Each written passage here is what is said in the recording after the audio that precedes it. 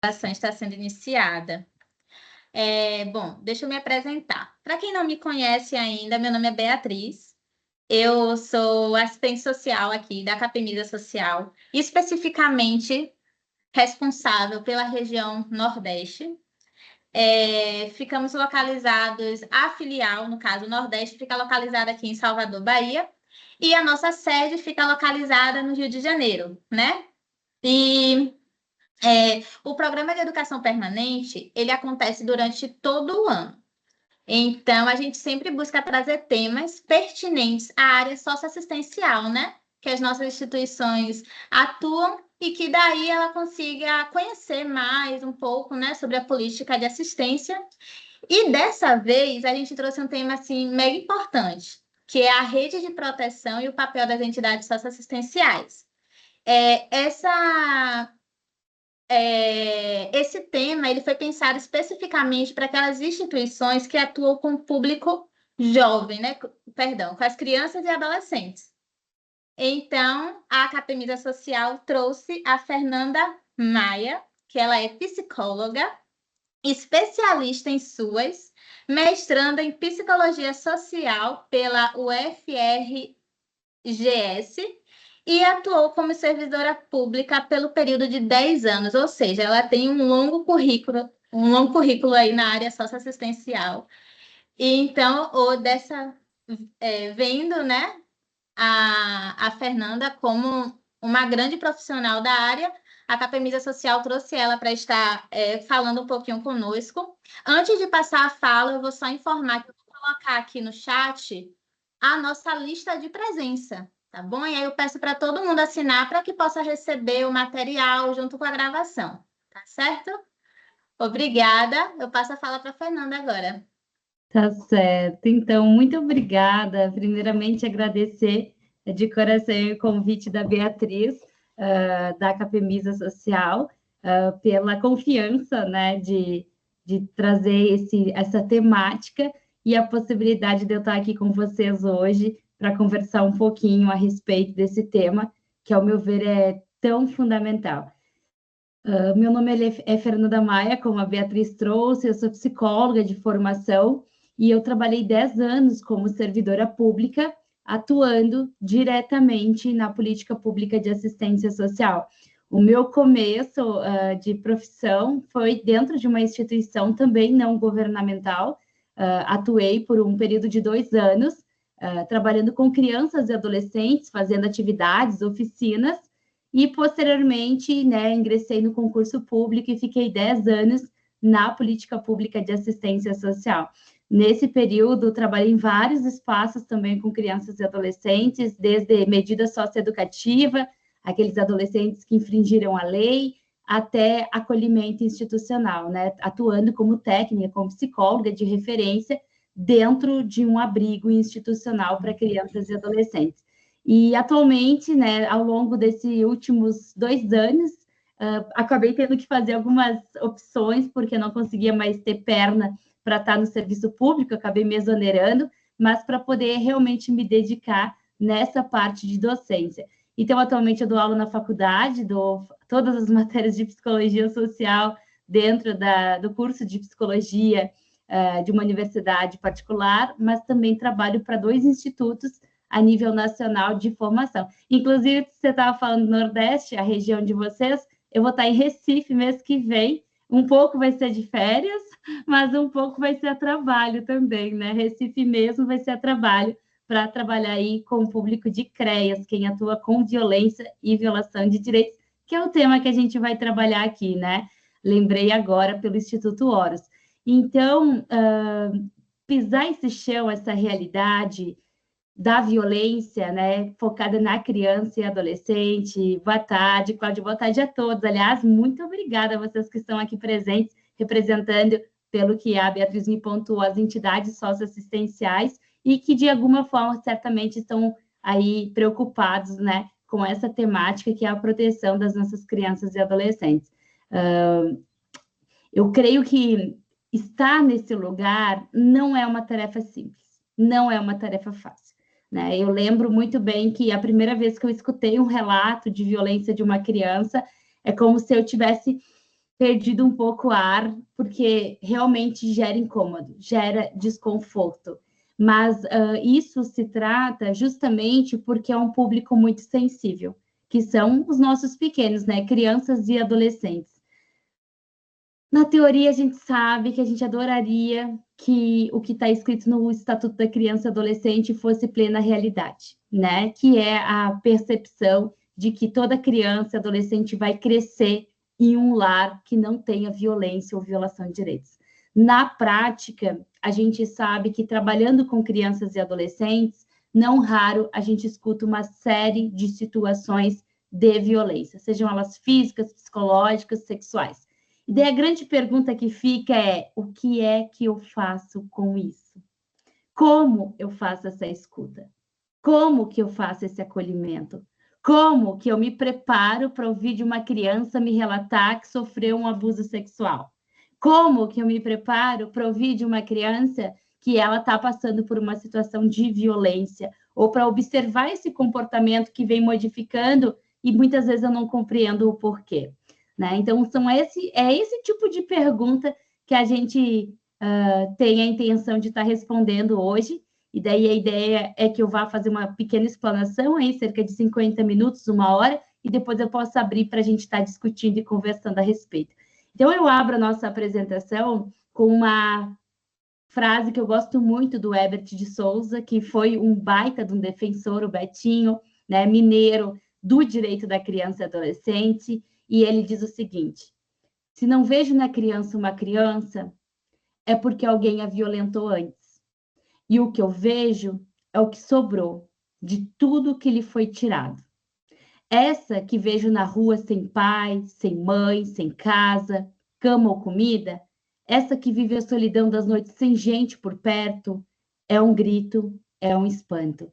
Diante dela, o mundo deveria parar para começar um novo encontro, porque a criança é o princípio sem fim e o seu fim é o fim de todos nós. O Betinho, ele faz essa reflexão com a gente e é algo que eu sempre busco chamar a atenção, que normalmente aquela criança e aquele adolescente que a gente mais tem dificuldade de conseguir fazer com que ele participe, forte, né, Bárbara? Que ele esteja integrado nas atividades que a gente propõe na rede socioassistencial, nas entidades socioassistenciais, normalmente é a criança e o adolescente que mais precisa da gente.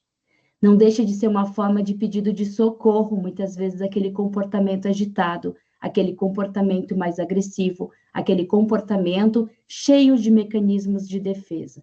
E por que isso acontece, gente? Acontece porque os dados nos mostram do Disque 100, que é a nossa ouvidoria nacional dos direitos humanos, que trata também das situações de violência, que a violência contra a criança e adolescente está dentro de casa, que maior parte das situações de violência contra criança e adolescente está dentro de casa, ou seja, pai e mãe, seguido de tia, tio, padrasto, irmão, avó. E olha como a situação se coloca. Se quem deveria garantir a proteção e o cuidado é quem está me violando, aonde é que eu posso pedir socorro? Aonde é que eu posso pedir auxílio? Muitas vezes, gente, a gente, enquanto entidade socioassistencial, que está realizando o atendimento para essas crianças e adolescentes, é onde estão as pessoas que essa criança e esse adolescente vê como referência e vai acabar expressando aquilo que está sentindo. E daí é complexo, mas ao mesmo tempo é tão interessante porque a criança e o adolescente, ele não escolhe o psicólogo, o assistente social ou aquela pessoa que está capacitada muitas vezes para fazer aquela escuta. Ele vai escolher quem ele tem mais vínculo. Ele vai escolher quem ele tem mais sentimento de confiança, ou seja, quem está no dia a dia com ele. E daí, muitas vezes, ele vai abrir a informação, a situação do que ele está vivenciando em casa, é para o facilitador da oficina, é para o motorista, é para a cozinheira, é para a higienizadora, é para o coleguinha. E daí, como é que a gente faz para preparar uma equipe inteira para lidar com esse tipo de situação? Como é que a gente faz para que todos estejam atentos para pensar a proteção dessa criança e adolescente? Esse é um desafio.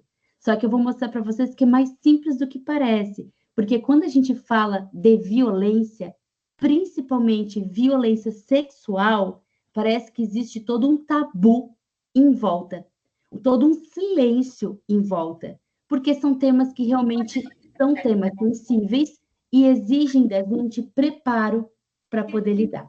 Mas a primeira reflexão que eu quero trazer foi uma experiência minha prática dentro de uma das maiores comunidades do nosso país, que fica aqui na região do Rio Grande do Sul, na capital Porto Alegre, né? Em que eu fiz um trabalho com crianças e adolescentes de uma das escolas públicas da comunidade da Restinga. Talvez alguém já ouviu falar. Quem for aqui do Sul conhece que a Restinga é uma das maiores comunidades que a gente tem, né, de vulnerabilidade aqui no sul do nosso país. E vejam que interessante, porque quando eu fui chamada para fazer esse trabalho lá, foi porque o índice de violência estava altíssimo dentro da sala de aula. Estava muito grande o índice de violência contra criança e adolescente, entre crianças e adolescentes dentro da sala de aula.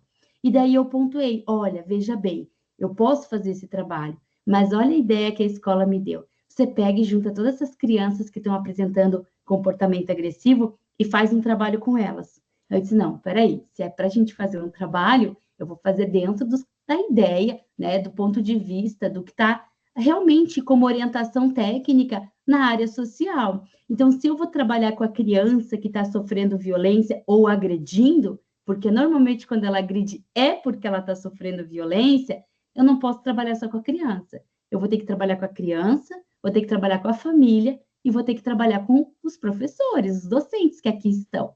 E lá fui eu.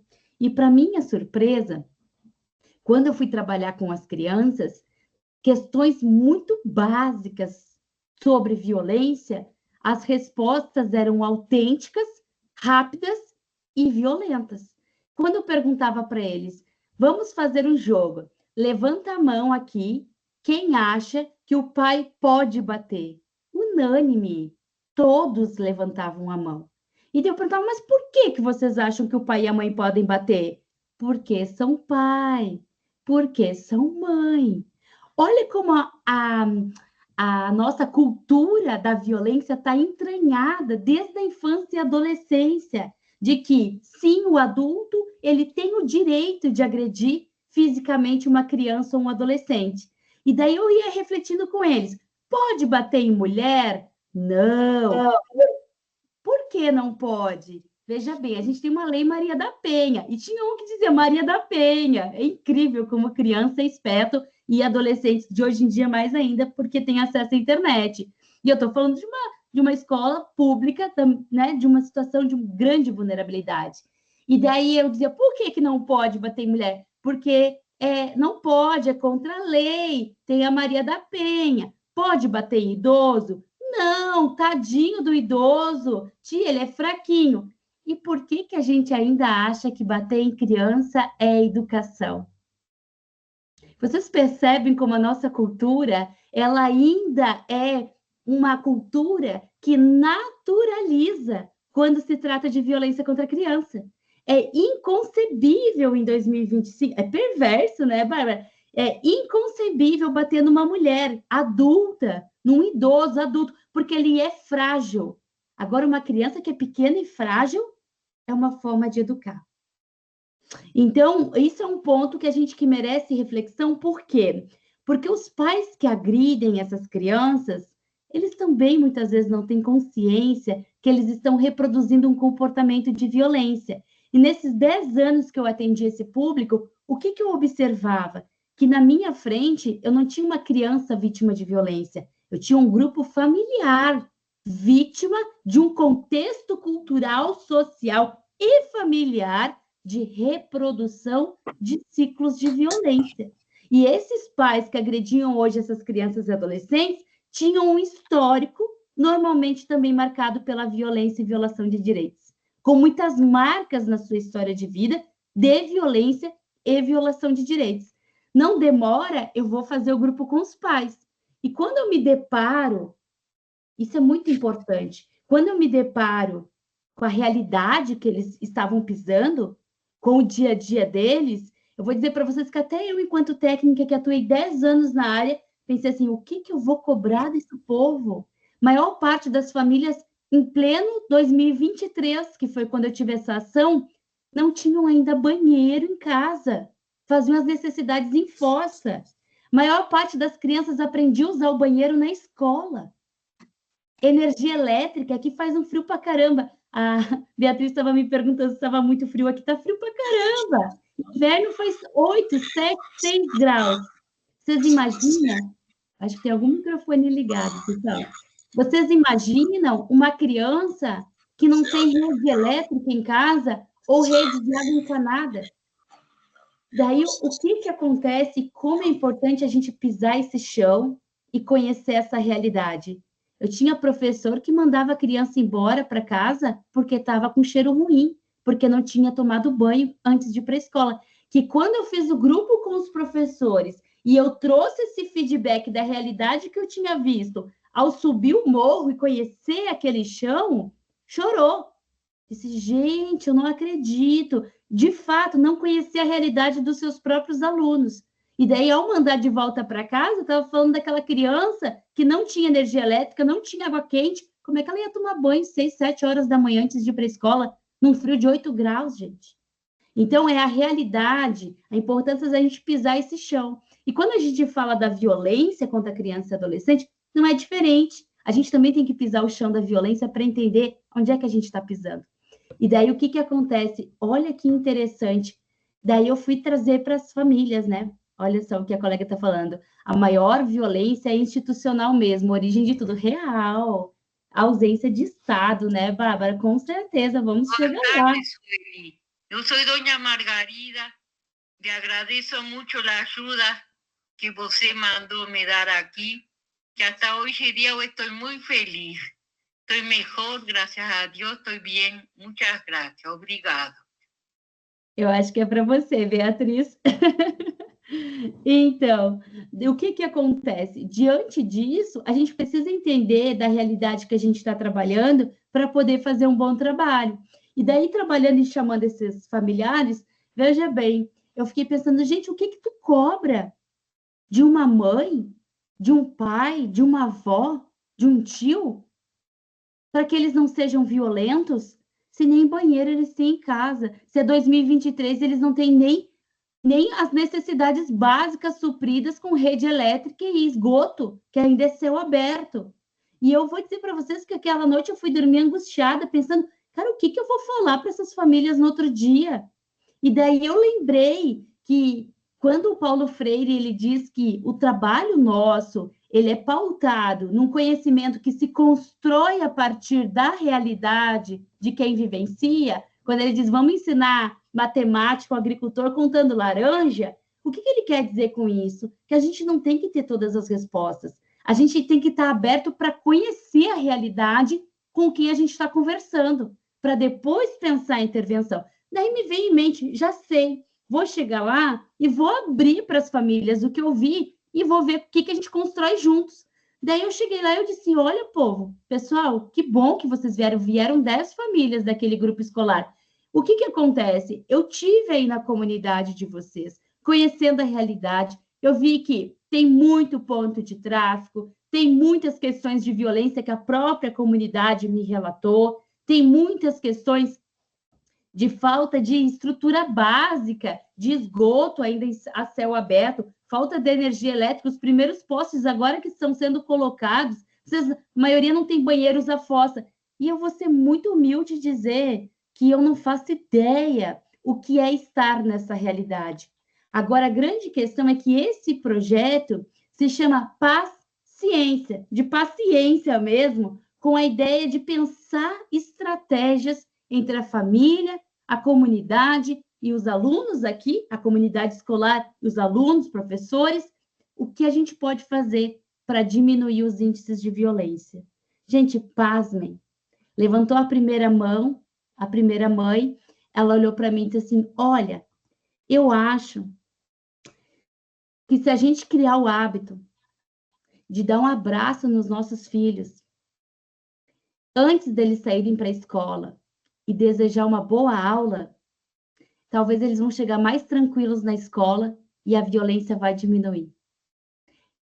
Quando eu escutei aquilo, eu pensei, cara, não tinha pensado nisso. É uma estratégia que não tem custo nenhum, qualquer pessoa pode fazer, e é realmente possível de colocar em prática, apesar de todas as adversidades e vulnerabilidades que aquele grupo ali familiar, grupos familiares tinham naquela comunidade. Beleza.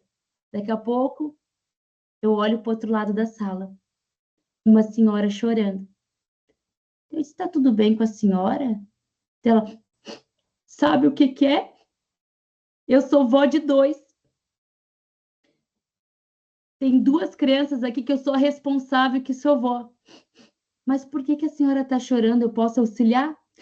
É que eu fiquei pensando, nunca me passou pela cabeça dar um abraço nos meus netos. Deve ser porque eu nunca recebi. Gente, o que aquela cena me fez refletir? A gente só consegue dar para o outro aquilo que a gente já tem dentro.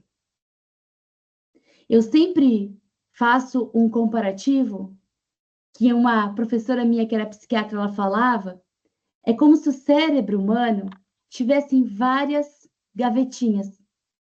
E essas gavetinhas vai sendo colocado conteúdo ao longo da nossa infância e adolescência. E esse conteúdo que vai sendo colocado é conforme aquilo que a gente vai recebendo. Se eu só recebo violência e maus tratos, o que eu tenho dentro da minha gavetinha, sobrando, é violência e maus tratos. Se eu não recebo afeto e não recebo carinho, eu abro a gavetinha do abraço e tá vazia. Por isso que eu sempre chamo a atenção que maior parte das crianças e adolescentes que sofrem violência são crianças e adolescentes que mais dão trabalho para a gente dentro dos nossos serviços socioassistenciais, dentro das nossas entidades socioassistenciais. E a gente tem 2 opções: afastar ainda mais essa criança e adolescente ou acolher e trazer para dentro da nossa proteção.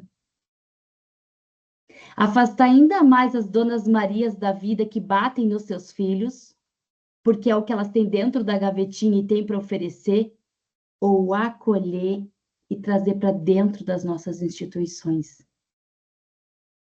O nosso trabalho, independente de ser entidade socioassistencial ou diretamente dentro da política pública de assistência, dentro de uma prefeitura, todos nós precisamos e devemos trabalhar conforme a legislação.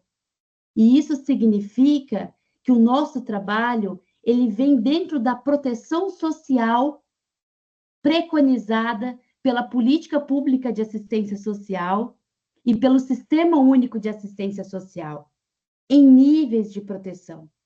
E como a gente está dentro dos níveis de proteção, o que se espera é que a nossa atuação prática faça jus ao nosso objetivo maior, que é proteção social de crianças, adolescentes e suas famílias.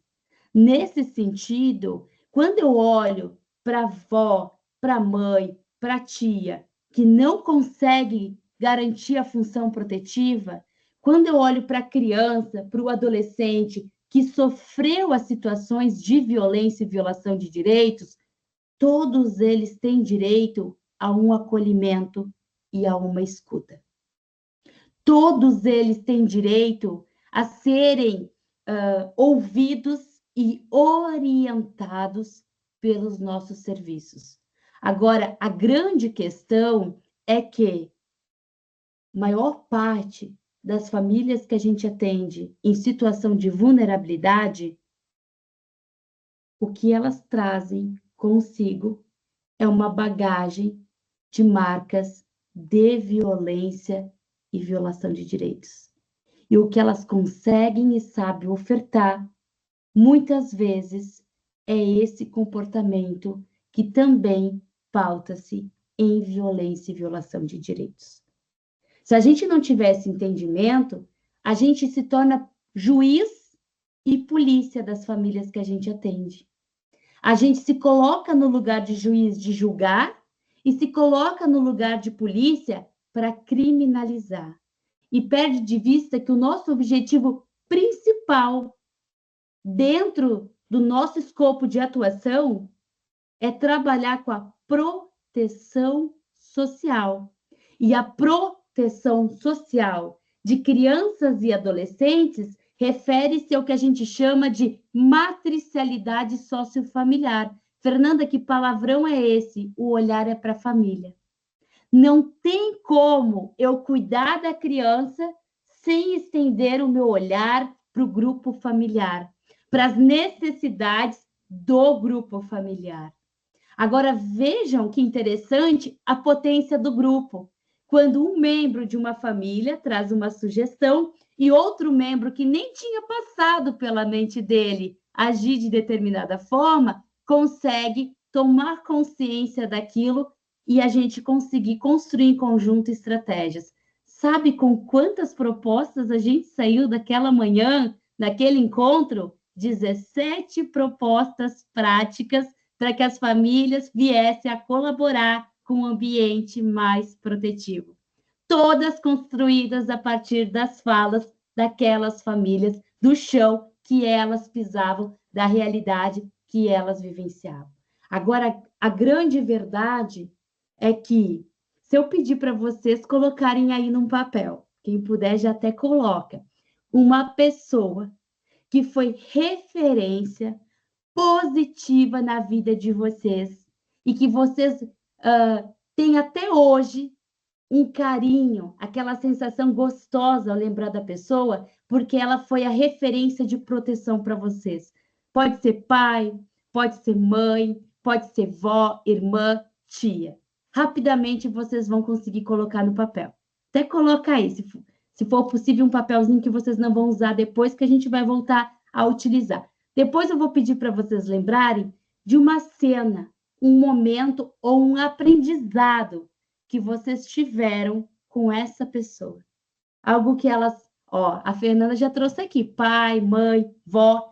Qual o aprendizado, Fernanda? Qual o aprendizado, pessoal, que vocês guardam até hoje? Que tipo de marca essa pessoa deixou em você?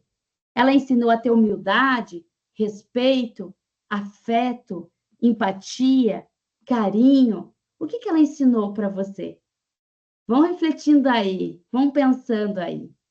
O que é a realidade que muitas das nossas crianças brasileiras, quando a gente vai olhar a bagagem delas, eu sempre digo quem trabalha em abrigo, é como se a criança viesse com 2 bolsinhas. Tem aquela bolsinha, mochilinha que ela pega, as coisinhas que conseguiu separar antes do oficial de justiça levar para o abrigo. E é aquelas coisinhas mais importantes dela. Mas tem a mochilinha invisível, que essa não é todo mundo que enxerga. E nesse conteúdo dessa mochilinha invisível, vem todas as marcas da violência, as violações de direitos, as situações que essa criança passou, que deixaram marcas físicas ou emocionais. Tem todo esse conteúdo junto, que a gente não pode ignorar. Assim é com as famílias que acabam agredindo os seus. Assim é com as famílias que acabam tendo um comportamento, muitas vezes, um comportamento que gera prejuízo para a criança e violador. Se você pegar o conteúdo da bagagem que eles carregam consigo, é muito pesado. É muito pesado que às vezes eles não dão conta de carregar sozinho. Por isso que precisa entrar o Estado. Por isso que precisa entrar a comunidade. Por isso que a Constituição Federal e o ECA vão dizer que para cuidar da criança e adolescente é família, comunidade e Estado. Faz tempo que não é só mais família. Por quê? Porque a família também traz o seu conteúdo pesado. E às vezes é esse conteúdo de violências e violações de direitos ou de quem nunca recebeu um abraço que faz com que ela não consiga desenvolver sua função protetiva. Então, quando eu trabalho na proteção social, enquanto serviços, entidades socioassistenciais, eu estou lidando com a criança que sofre a violência e violação de direitos, mas eu também estou lidando com a família que viola. E a gente tem que entender que ambos precisam da nossa atenção e cuidado. Mais do que isso, eu estou lidando com situações que muitas vezes a entidade é só a porta de entrada, porque eu preciso acionar outros serviços para garantir a proteção daquela criança. E daí a gente precisa pensar, eu tenho conhecimento desses serviços? Eu sei quando e como e quem eu tenho que acionar em cada situação? Isso também se torna fundamental. Ó, a Fernanda colocou aqui para gente, carinho, honestidade, olhar o outro com carinho, dando atenção, apenas um simples bom dia, que nem sempre é um simples bom dia, para a pessoa pode ser muito importante, né? Então, é muito interessante pensar que as marcas que as nossas referências nos deixaram são marcas que a gente guarda até hoje. Agora, olha as marcas que 15 mil crianças e adolescentes entre 2021 e 2023 carregaram consigo, levando a óbito. Olha esse dado da Unicef, que apavorante. 15 mil crianças entre 2 anos, período de 24 meses, perderam a vida por situações de violência. Chama a atenção da nossa responsabilidade. 196 casos de violência física notificados. 196 casos de crianças, sendo que 80% das agressões foram pessoas da própria casa. Olha o que eu acabei de falar, a maioria das situações de violência são pessoas de dentro de casa. Ainda de acordo com a Unicef, a cada dia, em média, 5 crianças têm sofrido pedofilia virtual, que agora é um grande novo problema que a gente está vivenciando, sendo que o Brasil ocupa o 4º lugar do ranking mundial de consumo de material de pedofilia, violência sexual contra a criança. Né? A estimativa, ainda de acordo com a Unicef, é que a cada 5 crianças vítimas, uma é violentada sexualmente. Porém, o que mais choca quando a gente olha para o relatório Olhos que Não Querem Ver, que desses números de crianças vítimas de violência, somente 15% quando se trata de violência sexual são notificados. Somente 15% são notificados. O que isso significa, gente? Que o silêncio prepondera. Agora, o que eu quero chamar a atenção? Quando se trata de violência sexual, pelo fato do tema ser um tabu, o silêncio já tem preponderância dentro de casa. Porque é o segredo familiar, muito comum. O pai dizer, eu sou o teu pai. Por que a criança normalmente vai falar pela primeira vez na escola sobre abuso sexual? Ou na entidade socioassistencial que vocês trabalham? Porque muitas vezes é o primeiro lugar que ela está interagindo com outras pessoas que não é a família. Porque quando ela interage com a família apenas, o segredo permanece. E muitas vezes é por um pedido, isso fica só entre nós. Ah, mas é porque a criança, quando é adolescente, deve gostar do que está acontecendo. Primeiro ponto fundamental para desconstruir uma série de estigmas e preconceitos. Sendo menor de 18 anos, pode ter 17 anos e meio. É o adulto que tem que ter consciência que está violando um direito, e não a adolescente, e não a criança. Porque a criança, quando ela é estimulada sexualmente, antes da idade que a sexualidade apresenta-se no desenvolvimento humano, o que acontece? Muitas vezes a gente visualiza isso dentro de abrigo. A criança passa a ter comportamento sexualizado, inclusive em relação a outras crianças, porque ela foi estimulada por um adulto, mas ela não tem maturidade para lidar com isso. Ela ainda não tem maturidade cognitiva para lidar com o estímulo sexual. E o estímulo sexual que é prazeroso faz com que a criança não compreenda que aquilo que faz gerar prazer para ela é uma violência contra outra criança. E olha só o que a gente está fazendo, um adulto o adulto que precisa ser responsabilizado, não a criança e o adolescente. Por quê? Porque eles estão numa fase de desenvolvimento peculiar, como diz o ECA, que eles precisam de um adulto para direcionar o que pode, o que não pode, o que é certo, o que é errado. E quando a gente tem um adulto que viola esse direito da intimidade dessa criança, a gente está mexendo, com todo o desenvolvimento dessa criança, que seria natural e saudável. Então, os prejuízos e as marcas que ficam para a vida adulta são inúmeros. A marca física, ela desaparece muito rápido. É a marca emocional aqui dentro que fica e que gera prejuízo para uma vida inteira. Então, olha a responsabilidade que a gente tem enquanto entidade socioassistencial para identificar essas situações e tomar ações para que não permaneça. Mas, Fernanda, veja bem, eu estou aqui numa comunidade de extrema vulnerabilidade e violência.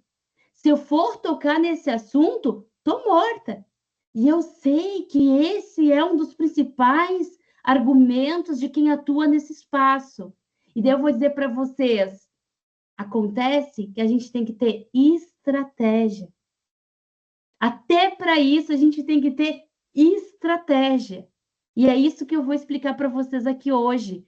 Como quebrar esse silêncio sem me expor, sem quebrar vínculo com a Dona Maria e o seu Zé, sem me colocar em risco e colocar a criança em risco. Como é que eu faço isso, Fernanda? O importante é fazer. O que a gente não pode é se silenciar. Porque, de novo, é família, sociedade, Estado. E se é família quem viola, a gente vai ter que pensar... Eu vou falando e esqueço de passar os slides, tá, gente? Mas tá aqui as consequências da violência que eu acabei de falar. E depois os dados do Disque 100. Vocês vão ter esse material, tá? Mas se a gente está ali enquanto equipe, o que acontece? A gente precisa estar preparado, né? Para falar a respeito desses temas e assuntos que são tabu. Porque não falar, a gente sabe que não tem diminuído os índices de violência. Então, a gente não pode falar e falar pouco, a gente tem que expor.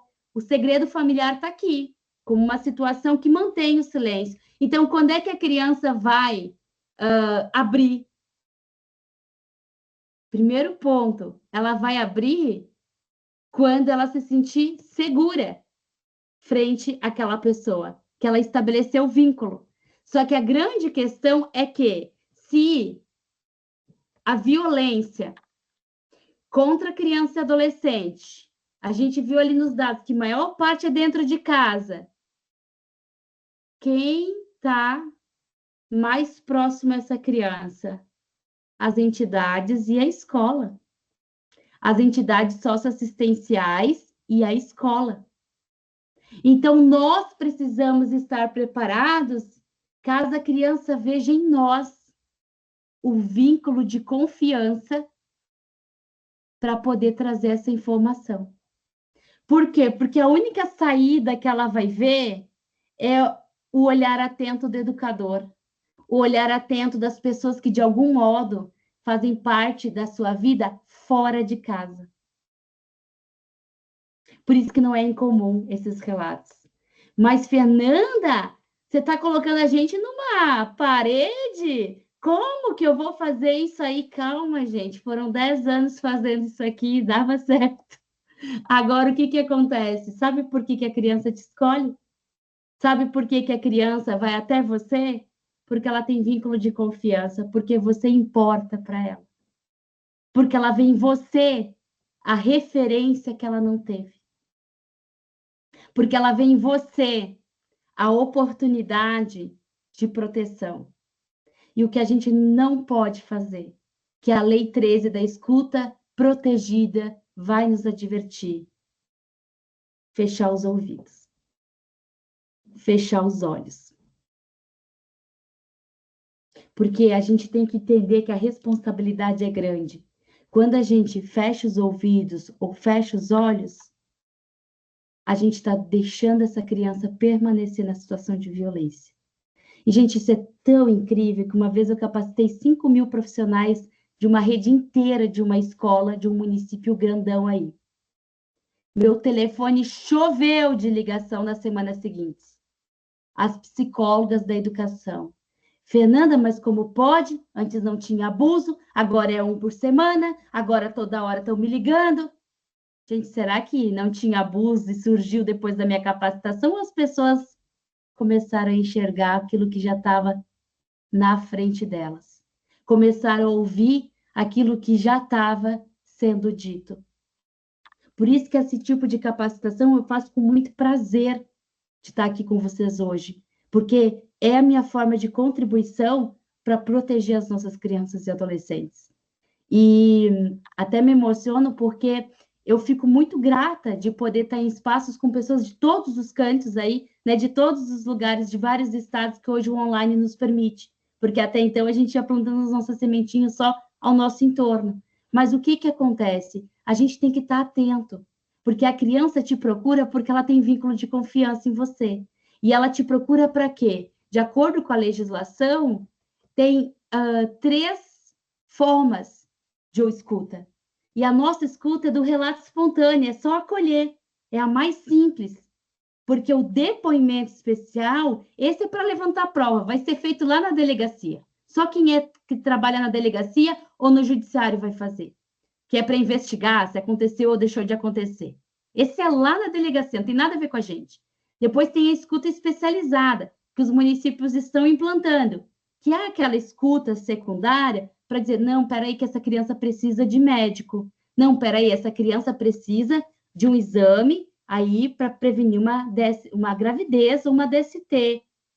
Ok, essa é a escuta especializada. Mas dentro das entidades que é a porta de entrada, é apenas parar para ouvir, parar para enxergar o que já está acontecendo. E para isso, o que a gente precisa estar? Atento e preparado. Sabe por quê? Para não acontecer isso aqui, ó. A criança começou a falar e tu...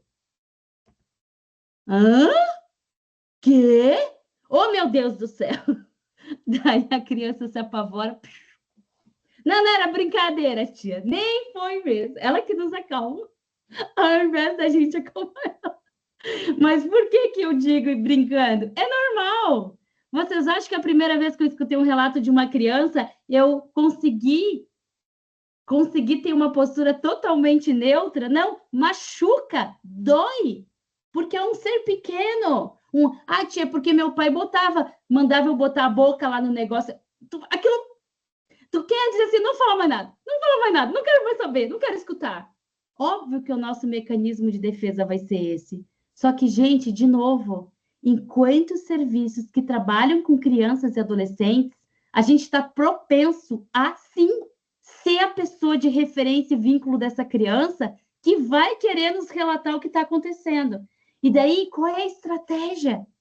Por mais que internamente te dá uma falta de ar, você vai fazer o quê?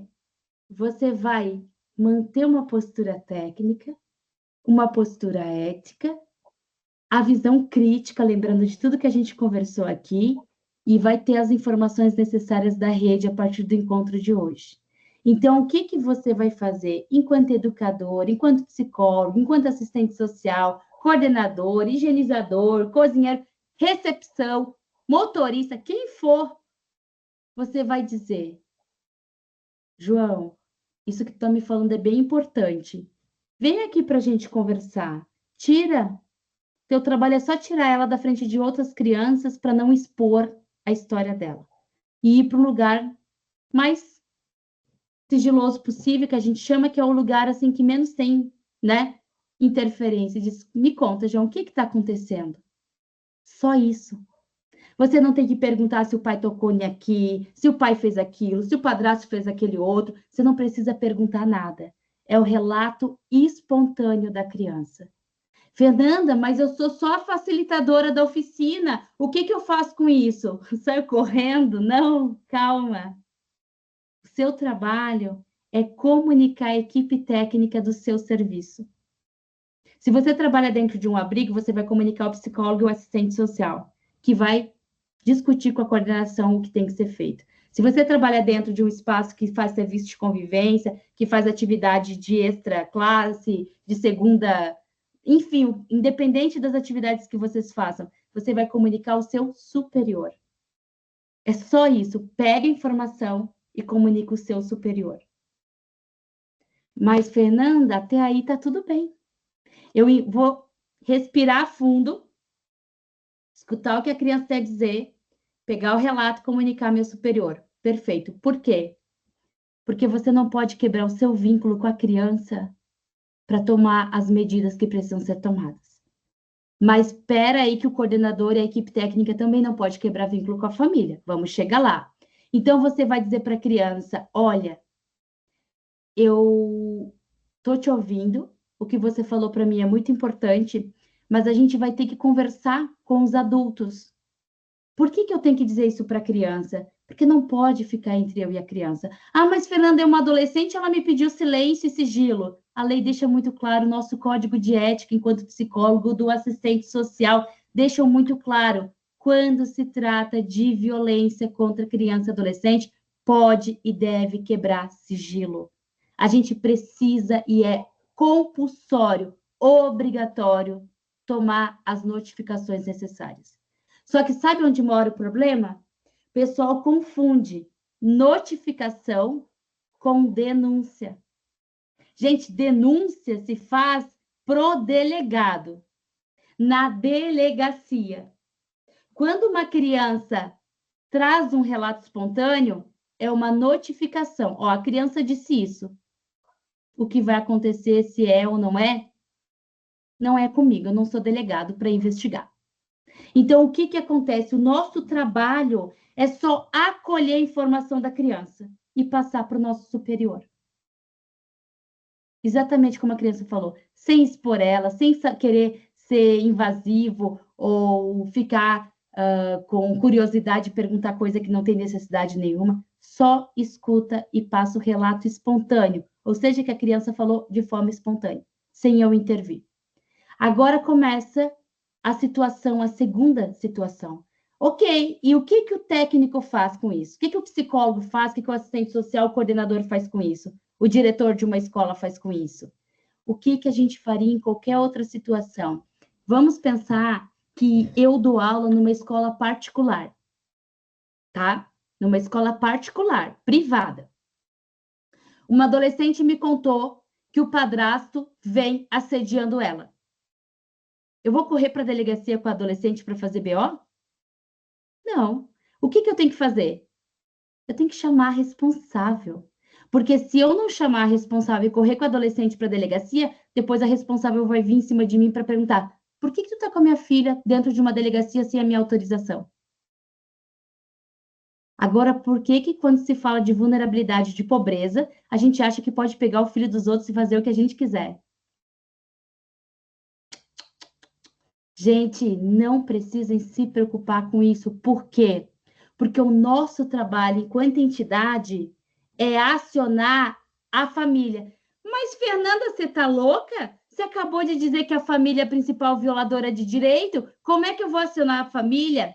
Eu nunca vou acionar o abusador. Eu vou acionar a pessoa de referência para essa criança ou adolescente que não seja figura de violência quando se trata de abuso sexual. Se é uma violência física, se é uma violência psicológica, eu posso acionar quem... Se ela mora com a mãe agride fisicamente, eu posso acionar a mãe. Só que qual é a grande questão aqui? Eu não posso quebrar meu vínculo com a comunidade. Eu não posso quebrar meu vínculo com a mãe. E eu nem devo. Sabe quando é que o técnico quebra? Quando ele não sabe o que está fazendo. Quando ele vai enfiando as mãos pelas pernas porque ele está tão apavorado quanto a criança e não sabe por onde caminhar. Porque o nosso trabalho, de novo, o que eu falei no início? Proteção social. De quem? Da família. Então, quando eu aciono a mãe, porque a criança falou que foi o padrasto, o que me cabe dizer para essa mãe? Olha, o seu filho falou que o seu padrasto não vale nada, que ele está abusando sexualmente. Se eu fosse você, vai tomar uma providência, vai fazer boletim de ocorrência, porque essa situação vai dar um caos, hein?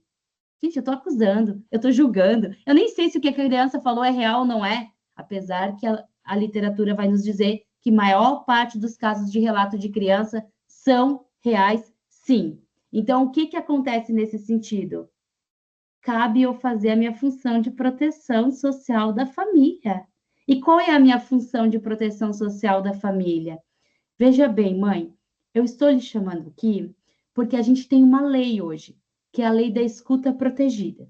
E toda vez que uma criança ou um adolescente relata para a gente uma situação de violência, eu sou obrigada a acionar a família.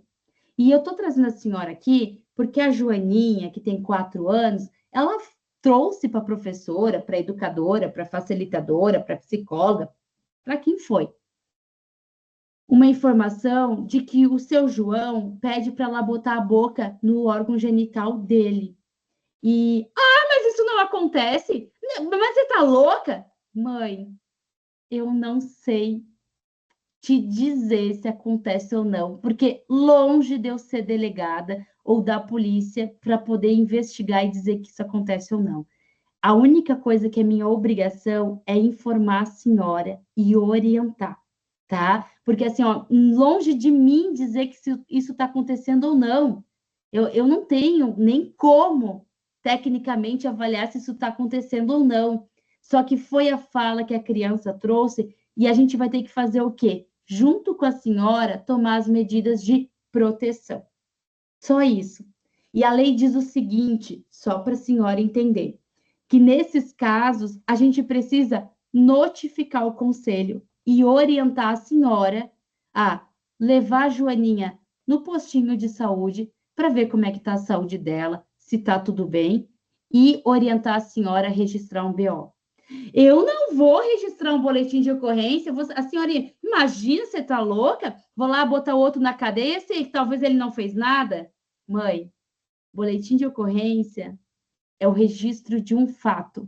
Se eu disser para o delegado que eu vi passando aqui na frente da nossa entidade um elefante cor-de-rosa e quiser registrar um BO, ele que lute para averiguar se aquilo aconteceu ou não.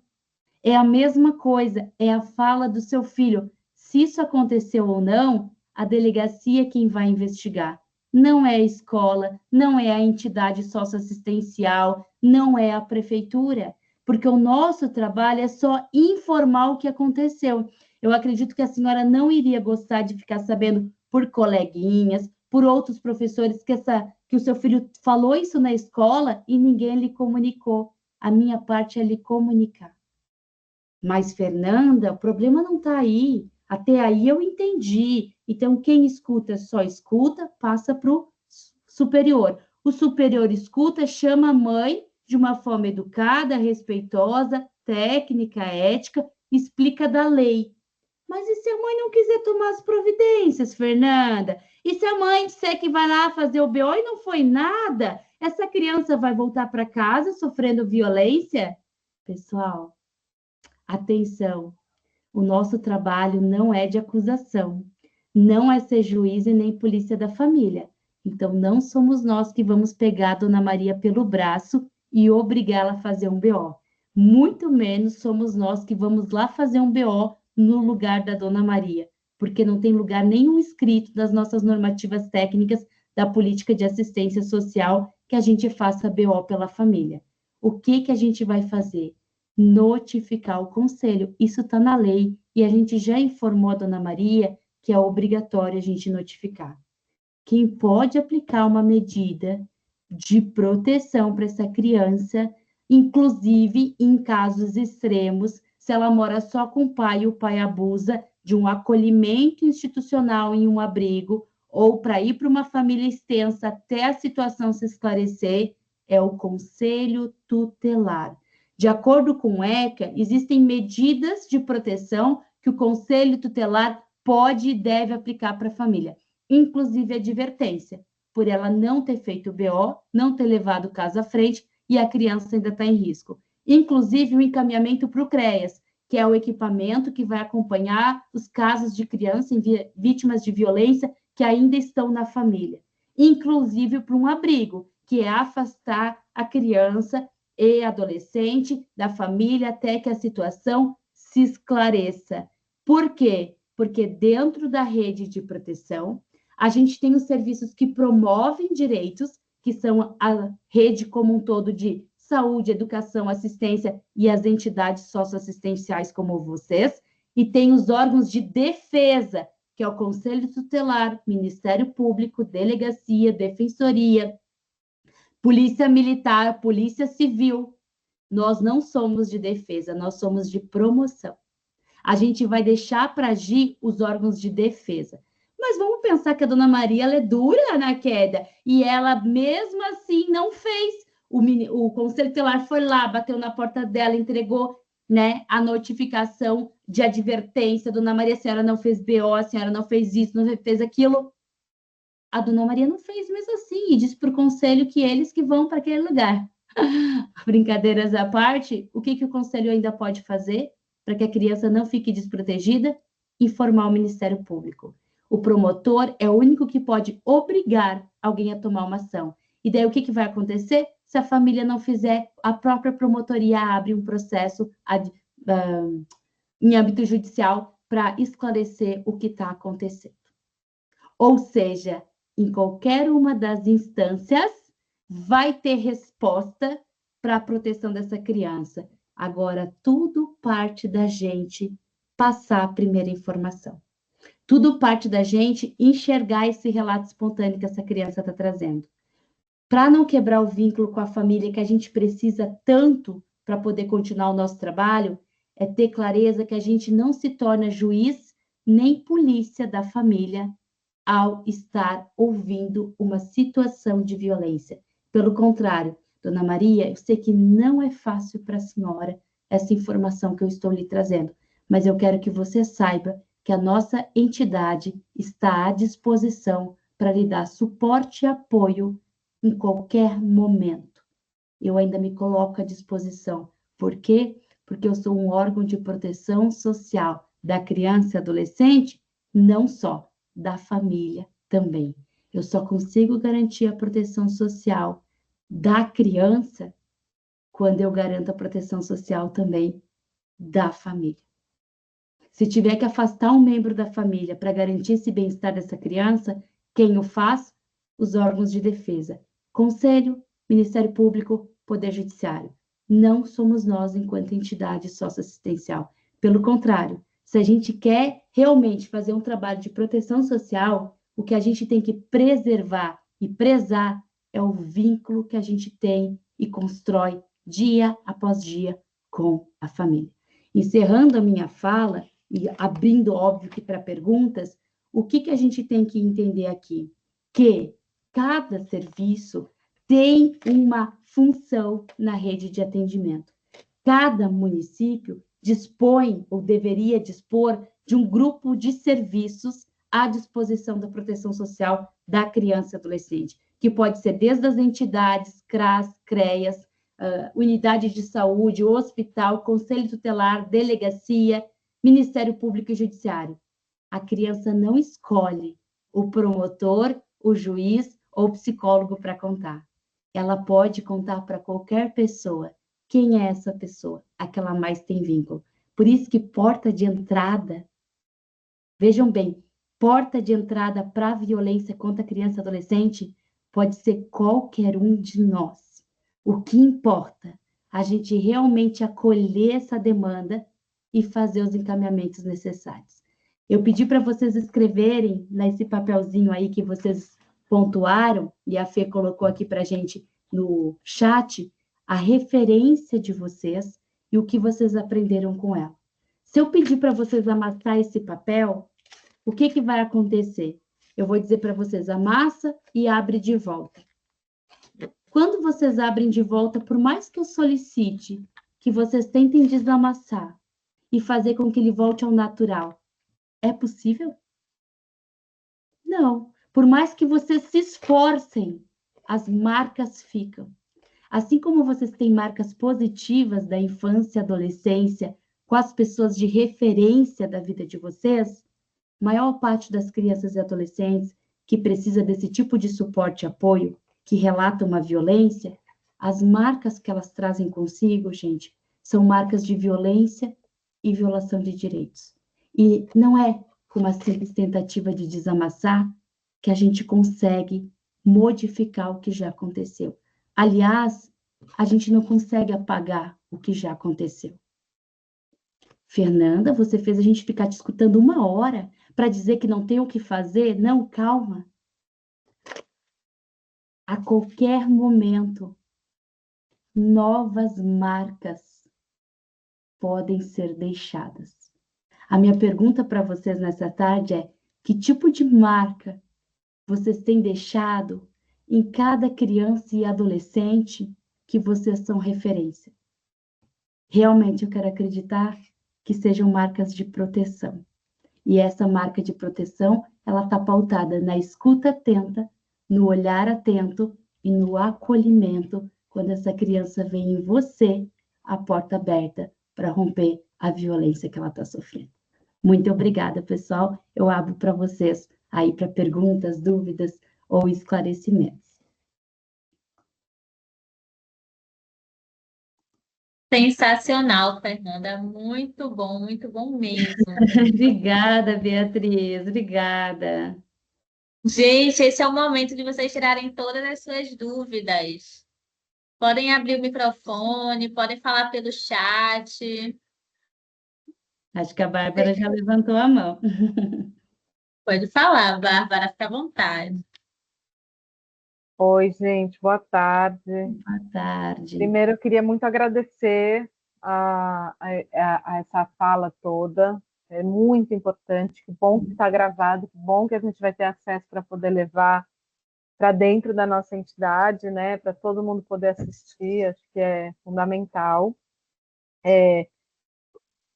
Eu tenho uma dúvida, mas antes eu queria dizer, né, que aqui onde eu atuo, no Gaiato, em Ubatuba, a gente foi responsável por um projeto que implementou, né, a escuta especializada aqui no município, e foi bem bacana e tal. Foi um processo bem democrático, que a gente trouxe a rede inteira para discutir, né? Todo mundo apresentou o que faz, o que fazia, como estava o equipamento. Então, foi muito bacana esse processo. E aí a gente aqui tem como a gente montou o fluxo e protocolo, né? E como fluxo a gente tem a notificação tanto do Conselho Tutelar quanto do CREAS, que foi o equipamento escolhido para fazer a escuta especializada, né? Certo. Então, enfim, eu acho que sempre é interessante notificar ambos, né? Porque e aí essa eu acho que é a minha primeira pergunta, né? Porque quando a gente coloca tudo no Conselho Tutelar, né? E a gente sabe.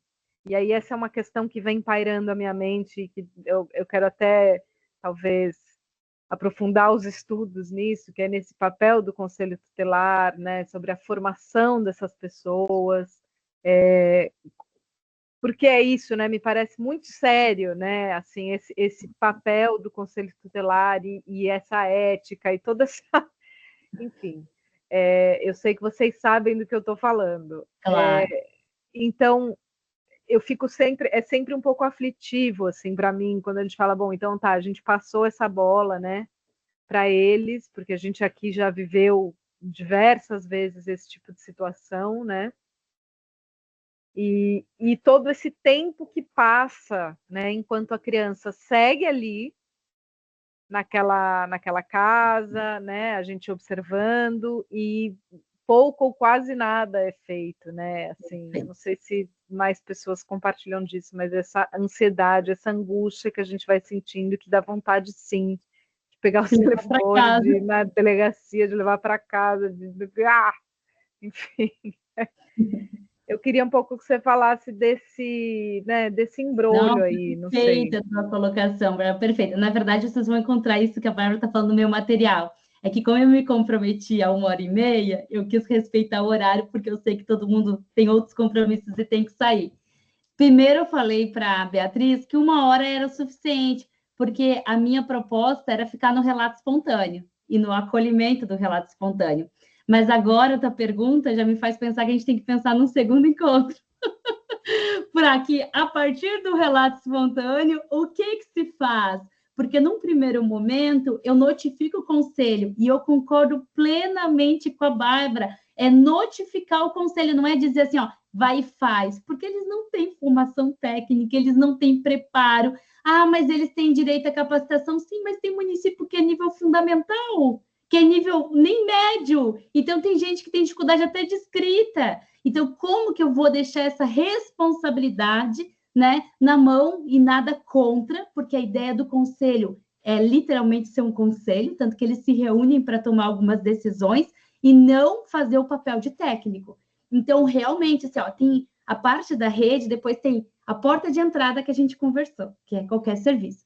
Dali a informação da família. A gente chegou no segundo ponto e no terceiro, que é a notificação do conselho. Mas ainda tem a parte da saúde, a parte da delegacia e a parte do CREAS, que daí realmente fugiu do tempo aqui e eu não consegui entrar. Mas o que a Bárbara está trazendo é que não é simplesmente deixou para a família que lute agora pela proteção da criança, deixou para o conselho que lute agora pela proteção da criança. O conselho ele vai ser notificado porque é a obrigação dele acompanhar se essa rede, ou pelo menos deveria ser, se essa rede está funcionando. Só que para isso, o primeiro ponto, daí todo mundo, tem que correr para a delegacia? Não, tem que correr para a saúde. A gente pode prevenir que uma criança de 9, 10 anos esteja grávida, se a situação de violência acabou de acontecer em 72 horas. A gente pode prevenir uma DST. Então, o que a gente tem que fazer? Dentro de 72 horas, a gente tem que preservar, principalmente quando aconteceu, porque às vezes o abuso é crônico, já vem de meses, anos. Daí, tudo bem, a gente vai tomar com mais calma, porque não tem que sair correndo.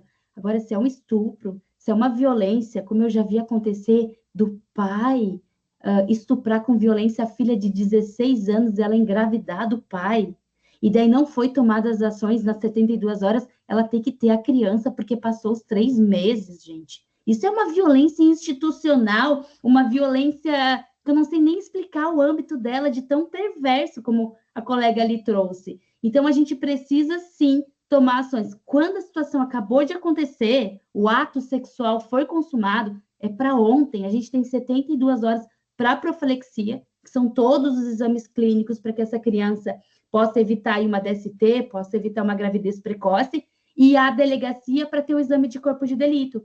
Só que o que acontece? A própria instituição pode e deve fazer os encaminhamentos. Só que hoje a gente tem a lei da escuta que fala do quê? No caso que a Bárbara deu exemplo, o CREAS ficou responsável pelo segundo passo. Relato espontâneo, criança largou, falou, e pode ser na instituição de vocês, não tem como ter controle. Agora, a escuta especializada, profissionais preparados, e daí pode ser do CREAS, tem município que está preparando alguém da saúde, alguém da assistência, alguém da educação, tem município que o fluxo e o protocolo está preparando um técnico específico para atender todo o município, tem município que o CREAS está responsável, daí vai do fluxo de cada município. Eu também participei da construção do fluxo do serviço que eu trabalhava, e a gente conseguiu colocar uma equipe específica. Inclusive, tem psicólogo e assistente social e coordenação para essa equipe específica da escuta especializada. E, além dessa equipe, tem psicólogo clínico que a gente conseguiu, mas aí foi um a mais mesmo, específico para atendimento psicológico clínico, para que as crianças não fiquem na fila, que vem lá do SUS. Mas daí isso eu sei que foi um a mais, porque a luta já está sendo ter um psicólogo, um profissional do município para isso, né? Estão colocando muitos no CREAS. Mas daí vai depender do protocolo de cada um. Chegou na escuta especializada, gente, a escuta especializada não é para levantar prova. Essa escuta aqui, ela vai ser para quê? Ela vai ser uma escuta atenta para encaminhar para a saúde, se for necessário, para encaminhar para a delegacia, para o exame de corpo de delito e para encaminhar para o CREAS. Porque se a escuta especializada não está dentro do CREAS, tem que ser encaminhado para que a família seja acompanhada por técnico de psicologia, serviço social e acompanhamento sistemático, porque tem violência. Então, isso que a Bárbara falou seria para um segundo encontro, a gente pode pensar, me disponibilizo com certeza, mas é a partir da escuta que ela é aquela escuta para fazer os encaminhamentos. Ah, Fernanda, mas aí o levantamento de prova que o juiz vive me pedindo, depoimento especial, já é um terceiro ponto, que é o depoimento especial que vai acontecer lá dentro da delegacia ou dentro do fórum. Aquele lá é para levantar prova, para saber aonde foi feito o quê, como que foi feito e quem fez, para poder incriminar a pessoa que é a responsável. Só que são 3 instâncias diferentes. Nossa, normalmente, é o acolhimento do relato espontâneo. Cada município, de novo, como bem a Bárbara falou, está instituindo o seu fluxo e o seu próprio protocolo. Daí, o que é importante? Quem é da entidade? Se apropriar do fluxo e do protocolo do seu município. Onde é que está a escuta especializada? Tomou consciência da situação? Escuta especializada para fazer os encaminhamentos necessários e garantir que essa criança, como muito bem colocou a Bárbara, não fique solta aí, sem nenhum tipo de atendimento, sem nenhum tipo de encaminhamento e permaneça na situação de violência. Então, seria isso, né? Mas eu acho que a gente pode pensar assim num segundo encontro. Com certeza. Inclusive, até Não a sei se eu te Simone... respondi, tá, Bárbara? Desculpa, Beatriz. Qualquer coisa, fica à vontade. Desculpa. Conseguiu, Sana? Nada! A Simone, ela fez uma perguntinha também, como proceder para notificar no local de violência, de modo a não ter risco para nós, no Então, caso. se eu estou na minha casa, enquanto sociedade civil, e eu quero realmente notificar, sem me expor, eu vejo que a vizinha ali, a mãe lá na frente, Disque 100 é o melhor caminho. Por quê? O Disque 100, gente, é a Ouvidoria Nacional que traz esses dados que eu trouxe para vocês junto com os números de violência no Brasil. É uma ouvidoria que ela vai mandar essa notificação para a polícia, para a delegacia investigar, ela vai mandar para o Ministério Público abrir um inquérito para avaliar o que está acontecendo, ela vai mandar para o CREAS acompanhar a família e ela vai mandar para o Conselho Tutelar fiscalizar. Então, o Disque 100, esse que é pegar o telefone e botar 100. Entrou em contato. O que eles querem saber? O endereço, né, da família, porque qualquer equipe dessas vai ter que saber onde mora e quem se trata, quem é a criança, né? Você não precisa se identificar e você não precisa dar os seus dados. É a forma mais segura. Quando as famílias vêm nos procurar e dizem assim, ai, mas eu vou te contar, eu quero contar só para ti, tá? Eu não quero que tu fale para ninguém. Gente, cuida para não morder essa isca, porque quando a gente sabe da informação, a gente já não pode mais deixar no sigilo. Então, vai dizer, não, dona Maria, calma aí. Dona Paula, calma aí. Então, a senhora não me conta, a senhora faz um Disque 100, que daí vai lá para quem tem que ir. Por quê? Porque senão, depois que a senhora me contar, eu sou obrigada a tomar as ações por causa da lei. Ah, não, então tá. O que eu faço? Pega o telefone 100, liga o 100, comunica. Vai cair nessas 4 instâncias, né? Isso mesmo, Disque 100 é direitos humanos, serve para violência, exatamente, também serve para pessoa idosa, também serve para pessoa com deficiência, para mulher, para toda a situação que a gente vê. Eu acho que foi um baita avanço que a gente teve no nosso país, né? Com certeza. Sensacional. Tem mais alguma dúvida? Temos alguns minutinhos disponíveis. Eu acho muito válido, viu, Fernanda, a gente programar um segundo encontro, porque é um assunto que a gente sim precisa bater nessa tecla, né? Principalmente para as entidades que atuam diretamente com esse público. Só registrando aqui, em julho, também teremos um percurso que vai falar um pouco sobre a rede intersetorial. Então, acredito que vai ajudar também as organizações, né, a entender um pouco como é que deve prosseguir, não só na questão de violência, mas também em outras situações que podem surgir ao longo do caminho, né, da rede de proteção ou da rede de assistência. Então, Fernanda, eu vou poder divulgar o seu e-mail, o seu contato. Claro, já coloquei aqui para o pessoal ver, tá, gente? Eu tenho um canal no YouTube, tem alguns vídeos já lá que eu estou iniciando, para ser sincera, sobre todas essas questões. E tem o meu Instagram, que é Fernanda_Omaia. Mas eu realmente não botei o e-mail aqui, tá? Eu vi a mensagenzinha ali e eu esqueci de colocar, mas eu passo para a Beatriz passar para vocês, tá? Assim como o meu contato do WhatsApp, eu estou à disposição. Como eu falei para vocês, eu não estou mais lá na prática do dia a dia, só dou supervisão técnica e capacitação. Mas para mim é um prazer enorme poder contribuir de alguma forma, porque de fato, né, gente, é a forma como eu estou, querendo ou não, fazendo a minha parte social, né, já que eu não tenho mais perna para estar no dia a dia atendendo. Então, eu fico super à disposição, tá? Tirar dúvida, dar suporte, isso aí eu estou à disposição. De nada, eu que agradeço. Eu que agradeço, Fernanda, pela sua disponibilidade em estar conosco nesse momento. Tá bom? Ah, obrigada, Beatriz. Eu Vamos agradeço. agendar aí o segundo encontro. Agora seria um percurso, né, um pouco mais longo. Acho que seria sensacional para as nossas entidades. Alguém, gente, mais alguma dúvida? Temos 4 minutos. Olha, ficamos dentro do tempo. Então, tá certo. Eu agradeço, tá? Todas as entidades aqui presentes hoje. Agradeço pela disponibilidade de cada uma. Qualquer dúvida, vocês têm o contato da Capemisa Social, né? Estamos à disposição para esclarecer tudo que vocês quiserem. E também estarei encaminhando, se não for hoje, porque demora um pouquinho, né? Para carregar a gravação. Então, até segunda eu estarei encaminhando para vocês a nossa gravação juntamente com o material disponível. Sim, gente, a lista de presença, olha só, encaminhando aqui novamente, é só acessar o link, tá bom? Não deixem de assinar a lista de presença para receber o material e a gravação. Obrigada, Dalila, Selma, Bárbara. Vamos marcar sim, combinamos. Eu que agradeço de coração pelo feedback. Obrigada, gente. Foi muito bom, viu? Boa tarde, um beijo para vocês. Obrigada, obrigada. Obrigada, Beatriz, também pelo convite. Muito obrigada. Eu que agradeço. Pronto, um beijo, gente. Tchauzinho. Beijo, tchau, Até tchau. mais. Até.